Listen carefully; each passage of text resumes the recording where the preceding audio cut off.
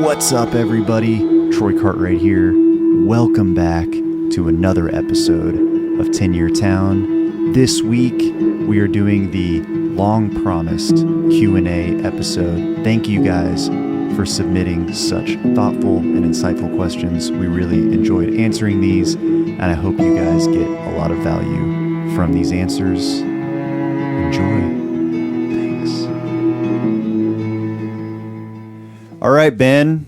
Hey, Troy. Here we are, the often promised, seldomly delivered Q&A episode. Q&A. What is this, 4?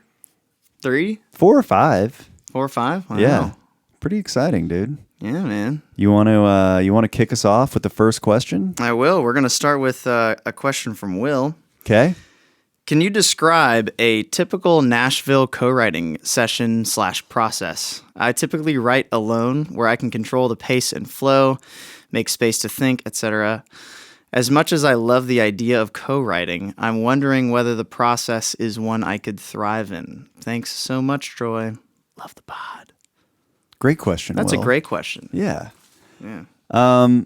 So first off, Will, learning to write alone, probably the most valuable skill that you could have as a songwriter, and it will help you in the co-writing process. I think the first few times you co-write, it does maybe take a little bit of time to sort of figure out what your role is in the write, and that can be a little overwhelming. But I also think it's one of those things where it's like, there's not a whole lot to it, but to do it, you know, you kind of got to just jump in the deep end and see how it goes. But I remember when I first started co-writing, it was definitely different, but I was surprised, I think, by how much I enjoyed it and how much I got out of it, because I had pretty much only ever written by myself. So to get to write with another person or another couple people was very like freeing in a way, because I felt like I went a lot faster maybe. And I was just able to like get better songs pretty immediately. How do you feel about co-writing, Ben? I get the hesitancy of like, oh, well, I like writing by myself. This is kind of like the thing that I do. Yeah. And I think, I mean, you always talk about like finding like your crew or whatever. Yeah. I think the same is, you know, in your write, like finding what your role is and finding the people that you work well with. Because there's some people that I've written with that are like nonstop just throwing words out. Yeah. And Yeah. it can be a little overwhelming sometimes, but it can also be maybe the thing that the room needs that day, and that's their role. My role is usually more on the track side of things, but then there's people that I write with too that, you know, I'll sit down with the guitar and just work on stuff with them. Yeah, for sure. Yeah, it's different. I mean, it's definitely different. And I mean, I'm sure there's some people that, or a lot of people that probably don't love that and end up writing mainly by themselves a lot. Yeah. Maybe find a couple other people that they work really well with in a context of a co-write like that. So there's definitely space. I mean, it's just, you know, co-writing is just like collaboration, and you end up doing collaboration with people that you're friends with, you know? Yeah. Could be uncomfortable at first maybe, but Yeah, I think the more, you know, whatever opportunities you can find as you dip your toe into the co-writing space is like, it helps to have a relationship with the person you're co-writing with, I think. But it's not like a absolute necessity. It's just finding a way to be comfortable, and I think most people's experiences are positive. You know, it might take a few or whatever to kind of figure out exactly how to do it, but sounds like you're on the right track. yeah, finding your role. That's right. There's another little segment to that question. We don't have to do this if you don't want to, but can you describe a typical Nashville co-writing session? I mean, yeah. describing the insides of what that looks like. Like, Sure. Well, so, you know, you're gonna show up around 11. where do you show up? Usually either if you're in Nashville, you know, like You go to like a publishing company, like a Warner Chappell or a Sony or a Big Machine, and they have writer rooms. And so, What do the writer rooms look like? Is it like a nice, crazy studio with a bunch of microphones, or is it a desk with a laptop on it, or is there windows? Yeah, it depends. And not all the rooms have windows, which is really funny to me. But you know, every publishing house kind of has its own vibe. But my favorite part about writing at a publishing house is that there's a lot of other people there, you know, in the kitchen before. So you're getting, you know, you try and show up maybe 10, 15 minutes early, get yourself a cup of coffee, some snacks, say hey to some people that maybe you haven't seen in a while. Mm-hmm. And then, you know, you go into the room. I would say the first 10 to 30 minutes, you're just kind of small talking. And for me, that's kind of when my antenna is already up. I'm like hoping maybe somebody says something that's an awesome title in the course of just catching up conversation or getting to know someone conversation. And then, you know, eventually someone will be like, well, guess we should write a song today or something like that. And then, you know, you just start and you generally start. It's like people throw out titles, you know, or like you'll ask, what are you feeling today? What do you want to write about? Is there a certain type of song you're looking for? That's especially true if you're writing with an artist who's trying to finish out a project, or maybe there is an artist that, you know, is looking for songs and you're like, well, maybe we should target something in like the Cody Johnson vein today or something like that.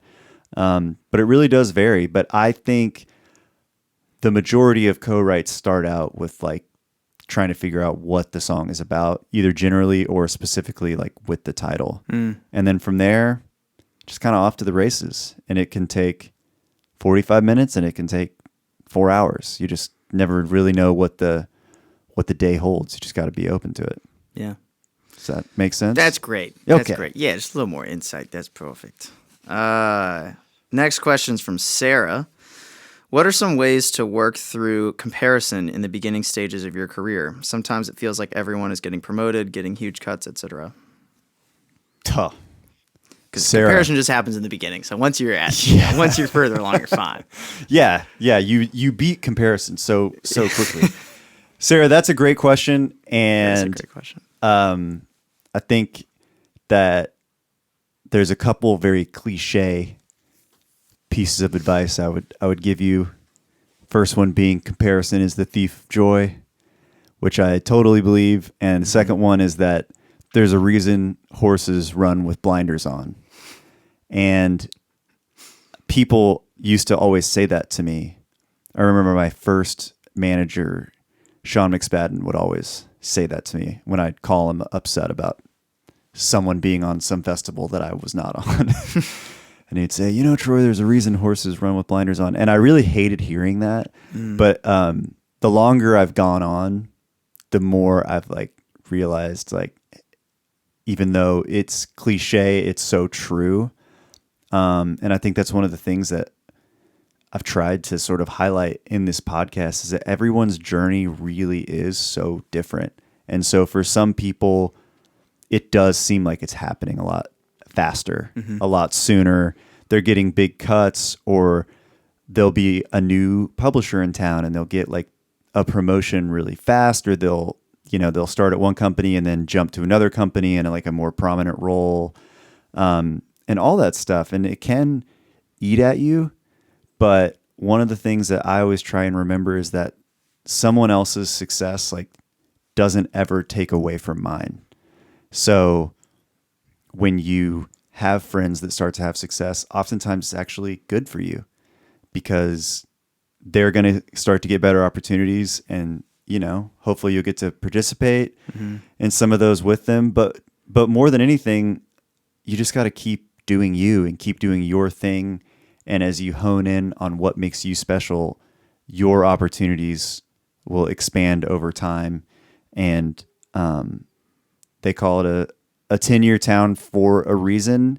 And the deeper that I've gone in and spent my time here in Nashville, like the more opportunities have sort of opened up in front of me, and I still struggle with the comparison stuff all the time, but I guess it happens to you enough times where like it just starts to not bother you as much. I guess you just kind of get used to it and go, okay, I'm feeling that, but that's not a very helpful emotion. So I just try and like keep my head down and do the work. Yeah. Does that make sense? Totally. You feel that way? Yeah. I mean, it's helped me like just being a fly on the wall for all of these conversations that you have. Like I hear that story so many times of people just being like, well, I was in town for 17 years and the first, 9 years I was moving around different publishing companies, sleeping on friends' couches. And I'm like, bro, 9 years. I know. Like, I know it seems so long. Yeah. And then it's like,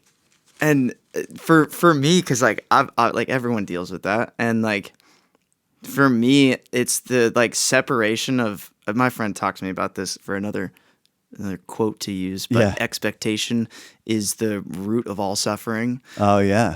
That's good. Comparison, like if you're comparing yourself to someone else, you're kind of like putting yourself in that person's shoes, expecting what you would feel like if you had just gotten that number one, or like, projecting what that emotion would be like, and all of that kind of expectation of what it's going to feel like. Oh, what's it going to feel like in like a year when I get a number one, or what's it going to feel like?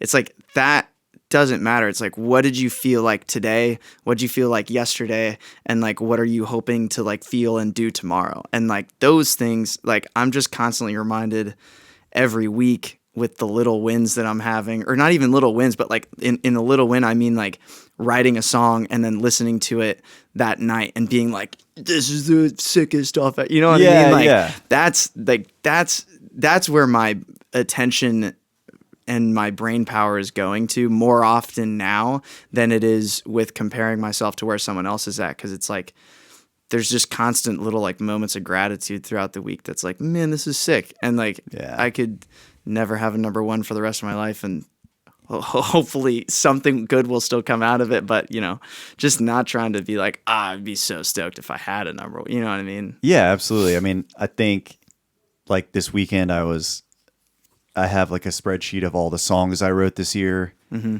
And so I was just I hadn't like updated it since June. So I had a lot of songs to fill in.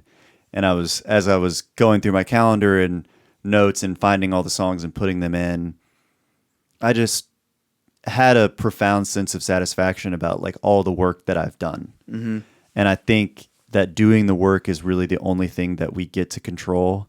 And even if the song gets cut by an artist, or all of that stuff is largely really not controllable. It is a little bit, you want to send the songs, take the chance to send it to an artist that you might know or whatever. But at the end of the day, like if your satisfaction comes from doing the work, you are much less likely to feel dissatisfied. Yeah, it's good, man. What's next? Next question here is from Tad Tatum. Are you typing lyrics in a session or handwriting? Oh. What a great question for you, Troy. Yeah, Tad. Talk to me about what do you do? So lately I have switched from writing in my phone to writing on a yellow notepad. I think they call it a yellow pad. Mm-hmm. And I've noticed a huge difference for me doing that. The main reason I started doing it was because I would just notice that I was like kind of like spacing out and would be on Instagram in the middle of the write, like on accident. And I was really getting frustrated with myself. So it's hard to not. We're programmed to just like, to doom scroll. Yeah. To just look around. So I've really, gained so much from going like analog in that way, if you will. And I don't know if that's for everybody. Mm-hmm. But I think whatever tools you can use to help hone in your focus, for me, handwriting has allowed me to be more focused in the room, to be more present. And I actually think because I'm not on my phone and I can look at the whole song written in front of me without having to like scroll up and down on a note or whatever. I just feel like I'm writing better songs because I have a better understanding of the whole song. Interesting. Yeah, and I don't know. For me, I just like looking at it, kind of getting the whole picture. Yeah. But it's like anything else. There's no right or wrong way. And one of the like downsides of writing by hand is like you do have to be a little bit more organized. Like I'm having to remember when the write's over to like take a photo of the notepad just in case I lose the sheet or whatever. So there's a little more legwork there, but I actually think that extra work maybe is helpful somehow. You know, it's like doing it the hard way. Yeah. Because I've been reading a lot of books on writers, like not songwriters, but like authors. And almost all of them write their outlines and first drafts by hand or on a typewriter. And they'll get feedback from people that say like, why don't you write on a computer? You can write faster. And they'll say, I don't want to write faster. I want to write slower because I need to slow down to write better. And that really stuck with me. I think that's very good advice. Yeah. 100%. You Yeah. can step back and actually look at it.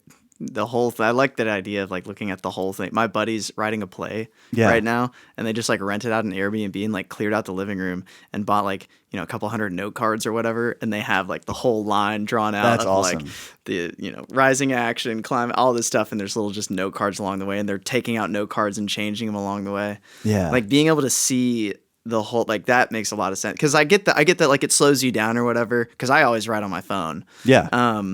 But I get the like, you know, it slows you down and I get that. But being able to see, because there's oftentimes, you know, I'll be writing like second verse or something like that, and I've kind of forgotten maybe what exactly was said in the first verse. So you do have to scroll back up and look at it, because you're only looking at 4 inches of some kind of screen or whatever. Right. And I think that takes me out of it a lot. Yeah, I could see that totally. So I'm a proponent of the handwriting, but I think as a general rule, just try different stuff. Yeah. Experiment constantly and like do whatever feels best for you. Totally. You will not go wrong.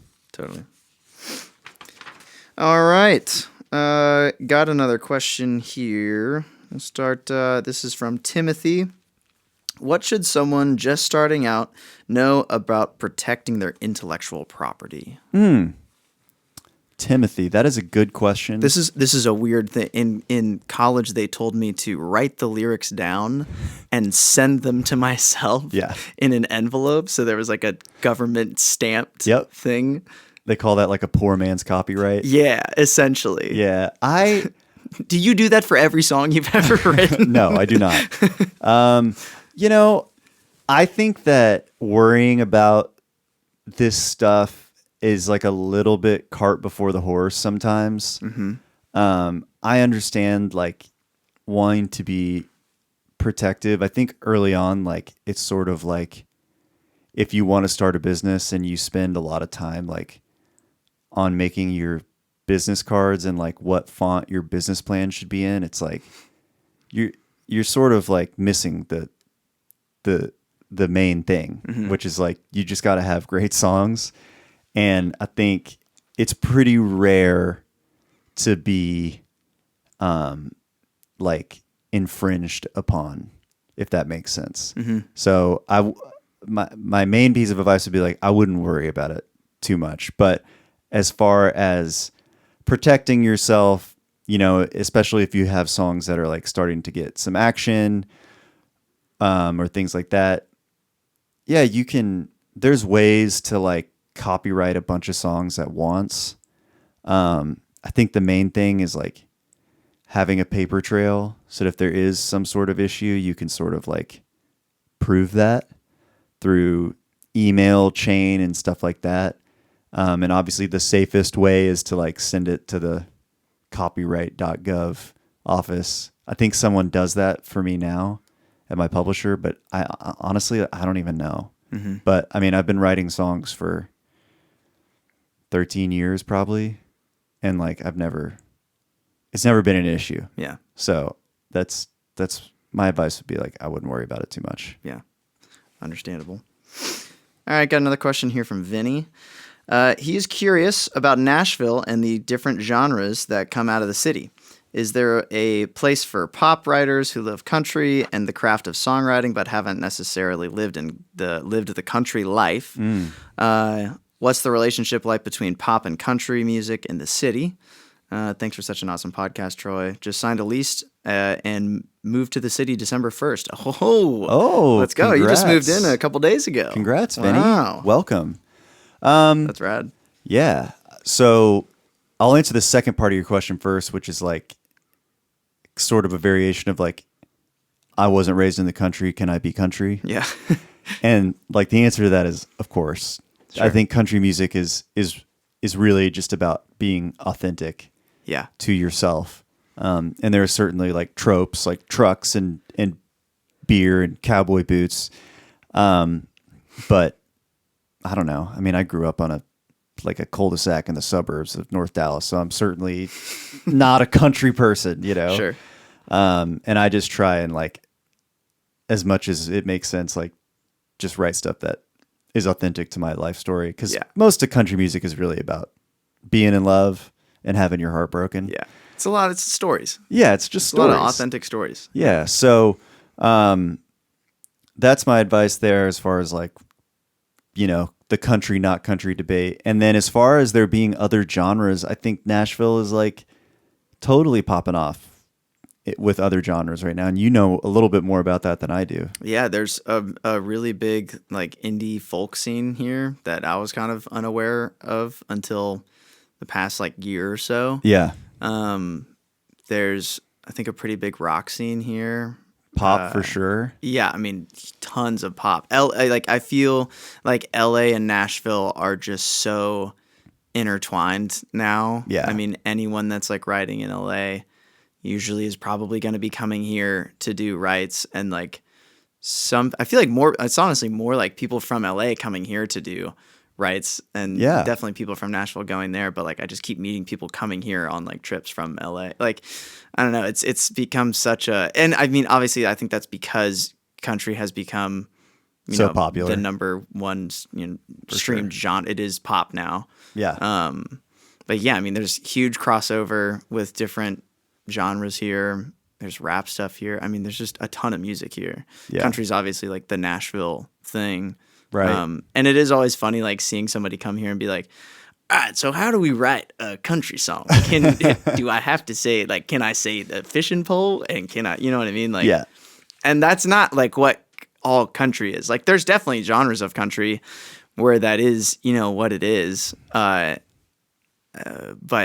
writing country music, I don't know. I think writing country music, especially now, is just like, the main thing that makes it country music is kind of the like sonic space that's around it, and the sonic space around it is usually like, you know, acoustic instruments and like kind of the form, you know what I mean? Like there's a way to form to write a country song, at least in Nashville. That's a little bit kind of more specific. Like that's kind of the country writing thing, not like did you grow up from this certain country thing, you know? And it just changes. There's certain genres where they would be like, if you didn't grow up in this, do not talk about it. Don't, you know what I mean? Right.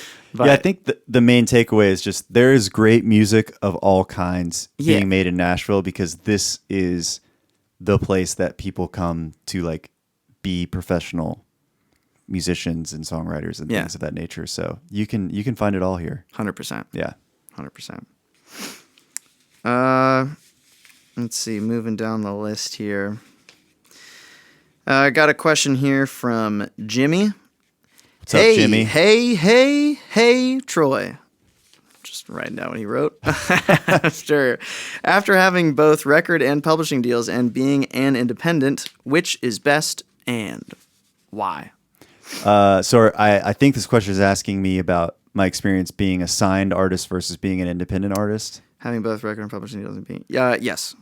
Having a label, not having a label, which is better. Yeah, I mean, they're just totally different. Mm-hmm. I think I've enjoyed being independent because I've enjoyed the level of control that it gives me, and I've been fortunate to have, some success kind of putting this stuff out independently, and with some songs going viral and stuff like that. So it's given me a lot of freedom, but it's very hard.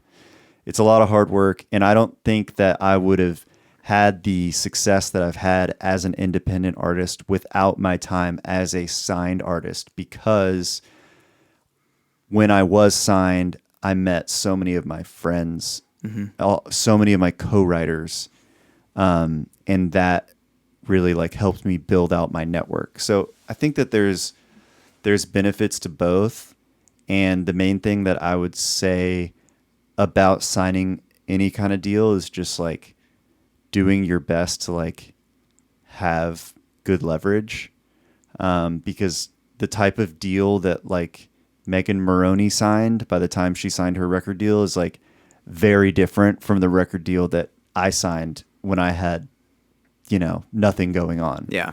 And so there's a huge difference. And I think the temptation is to say, if I get signed, I'll be good. I will have made it. And when you get signed, be that a record deal or a publishing deal, it is very much like that is the start. That is not the finish. That is when the work really begins. Yeah. So, that's my answer. Yeah. Different. They're different. Yep. Yep. And they're good. Both are good and both are bad. Yep. Okay. Question from Dustin here. Writing seems personal to me, but when talked about with guests, it feels like it has become more similar to a manufacturing process. Do the work and go home type of thing. But the words appear personal. How do you separate the two? And how do you separate the feelings for the songs you have written when an artist performs it differently than intended? I don't know how you separate the personal feelings you have when writing and then turn it over to someone else, if that makes sense. Yeah. Yeah. It's a cool question. Yeah, it's a great question. Yeah. As far as like someone else's interpretation of what you wrote, like you just got to make your peace with that. You made your blueprint, and the artist, made the building. Mm-hmm. And so there's going to be a few differences. It's just part of the process. You have to be okay with that. Like my that Cody Johnson song that just came out, Wish It Was You, my version of that song is not substantially different, but like even like the chord structure is like a bit different. They like go to the 4 chord at the end of the chorus, and mine stays on the 1. So like the first time I heard it, I was like, whoa, that's crazy. But it's just different, but it's very, very cool. As far as feeling like you're just manufacturing a song, like in the writer room, I think that it is easy to like sort of fall into that, like I'd call it plastic mold injection style of songwriting, especially in Nashville, because you're just writing all the time.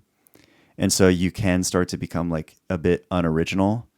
And like your melodies can get stale, and you might be writing not interesting subject matter or subject matter that has been written about many times before. So I think that's just sort of your job as a creative person, to be original, to like find those spaces within the boundaries of what country music is, to be really creative and be original. And I find a lot of joy in doing that. Like people don't get upset watching basketball because it happens like within the bounds, right? But it's fun to see what people come up with within the borders of the basketball court. Yeah, yeah. If that makes sense. Totally. Yeah. Yeah, I mean, it's like, and with the thing of like people having a different interpretation of it, it's like, it's art. And like if you're in the room in the process of like creating that or whatever, you're going to be pulling from like your experience, but like someone else is pulling from their experience, and someone else is pulling from their experience. It's going to turn into this thing that's like an amalgamation of all of your experiences. Yeah. And then if some other artist cuts it, it's going to turn into like their kind of emotion into it, how they deliver the song. And then if someone's listening to it it goes through all these different processes, and it just gets to the listener, and they're going to put their own thing on it. Like there's so many songs that I listen to, you know what I mean? Like, yeah. It's just, and I actually think there's like a whole other bigger picture to that, which is ultimately you don't even get to choose how the listener perceives a song. Exactly. And so I was thinking about this the other day because I went back and listened to that song. It's not the Dolly Parton 9 to 5. It's like the other song. It's also called 9 to 5. And it's like, my baby takes the didn't train. Da, da. It's like a very famous song. Okay. And I sing that song in my head all the time. And I went back and listened to it, and it kind of sounded completely different from how I was hearing it in my head. Yeah. Like production and everything, or like Just the whole vibe. Yeah. And I think that ultimately, like, what you want to do when you create something is like get that earworm in somebody's head where they're thinking about the song, you know, where it affects them in some way, where either they're singing along to the chorus or they're just affected by what you were singing about. And whatever they carry with them, like into their daily life, when they're reminded of that song or a line from your song or a melody or whatever, is like, to me, that is like the purest form of making art, is like getting to be a part of someone's life and like daily moments. And even then, like the way that a song sounds is like sort of irrelevant because they're imagining it different. So I know that's sort of like a it's fun. very like 30,000 foot view of it. Sure. But I try and think about it that way. Yeah.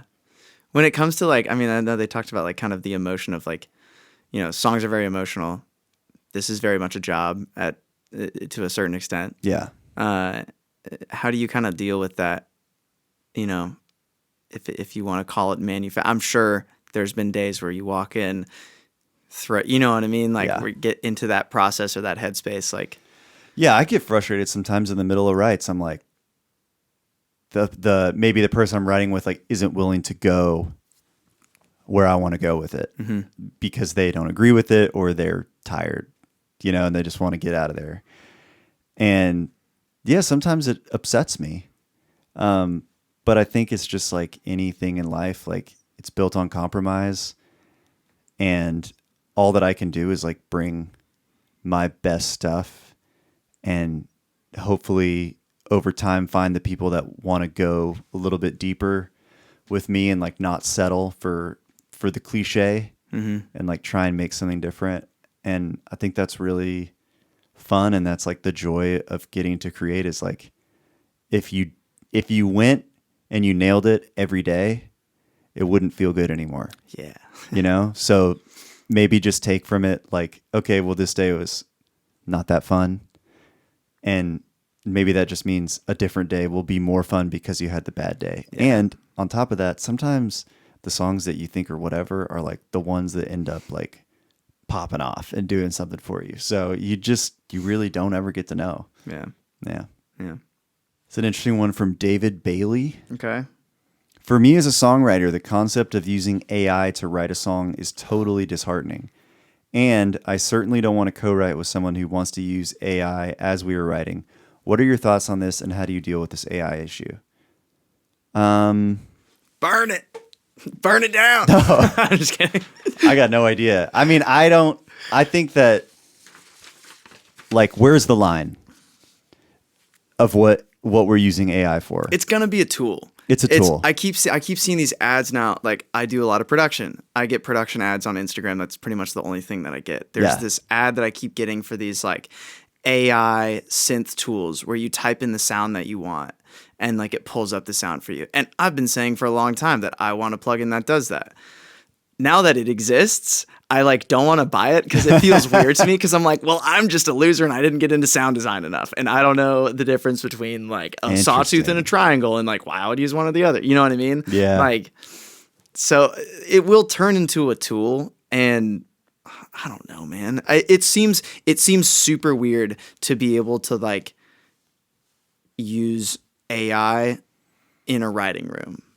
That feels... Yeah, I think it's like, well, what are you using it for? Because what's the difference between asking Chat GPT what rhymes with baby and asking rhymezone.com what rhymes with baby? Sure. Like, there's no difference, right? Sure. Not to me. Totally. So I don't know that I have like a hard line against it. I think that by utilizing some of those tools that like make whole songs out of AI, I think if you're a songwriter, you would feel encouraged by listening to some of that stuff, because like it's just not good enough. Like it's close, but we're in the business of the last 1%.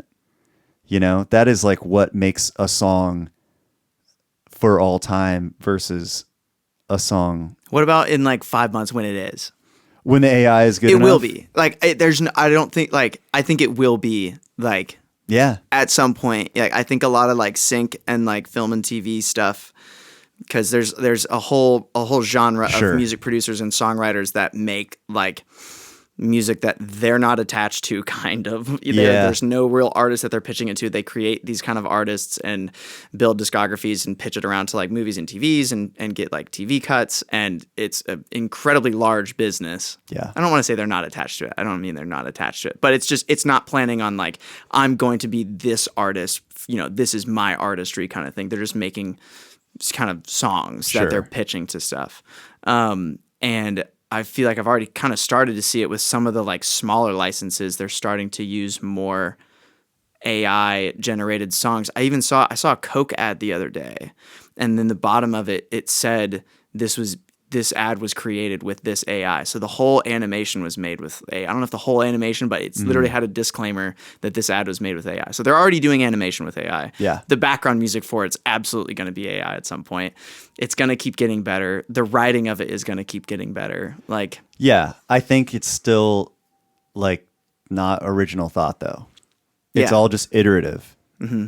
And, we're just going to have to basically like level up as humans. Like to be original, to have original thought and original ideas has always been the job of the songwriter, And so it just, I don't know. I these might be like famous last words, but it just doesn't concern me that much, because I don't think that it's going to be able to make anything that's not derivative of everything else. And like that is interesting, because even like us saying like an original thought's weird to me, because it's like, yes, it's an original thought to like that person, I guess, but like they're pulling from other stuff. Like everyone is unique in their own way in terms of what their like life has looked like, but they're pulling from other stuff and other things that they've experienced. And like, that's like where the unique thing in the room happens, where everyone is coming with all these cool different backgrounds. That's a small chunk of the whole pie. Sure. But the AI sitting in the middle has 100% of everything inside of it. And if it's just gonna, like, if it's continuing to pull from this giant database of everything, then there's like, it feels like it will lose any kind of like character that is there. Does that make sense? It does make sense, but I also think that like the music business does not have a supply problem, right? Like it's not that we don't have enough songs. Yes. Facts. It's just that we need the best song, and that requires attention, right? So if you have a truly great song, sometimes you have to like shepherd that for a while. You have to like stay on that one song and make sure it's getting sent to the right artists and stuff like that. But like, I don't know, I think I wrote like 140 something songs this year. So like, how many of them is something going to happen to, like maybe 5, maybe 10 if I'm really lucky. So I just don't think that worrying about an AI making more songs is like necessarily the problem, because it's going to require someone like paying attention and being like, oh, well, this is really quite good. And I guess maybe if AI starts sending songs to publishers and they are great, like maybe we'll be in trouble, but I don't know. That just seems that's also far-fetched. part of it too. It's like, yes, the music and the talent and the writing is a huge part of it, but another huge part of it is the relationships that you build with people, and online processing neural network of computers is not going to have a personal relationship with people. So like, you know, if the biggest songwriter in town ends up being someone who uses AI constantly and everyone's cool with that, then that's how AI would take over the songwriting space. Right, but right. until that happens, it's still going to be like there's going to be someone be like, no, this dude, you know what I mean? Like it's all it's going to relationships be at the same interesting, time. and it'll infiltrate our lives in a lot of ways. But I think maybe not in the way that we expect. Yeah, You know, so there'll be some good and there'll be some bad, but it'll be a tool it'll be a tool. So somehow. all right, thank you guys. That's it. That's the pod. See you later. See you later. And Merry Christmas. And Merry Christmas. All right, guys. Thanks so much for listening. If you've got a question that we didn't get to, you can submit that at 10yeartown.com. And as always, if you leave us a rating or review on Apple Podcasts or Spotify, it helps us out a ton. We'll see you soon. Thanks.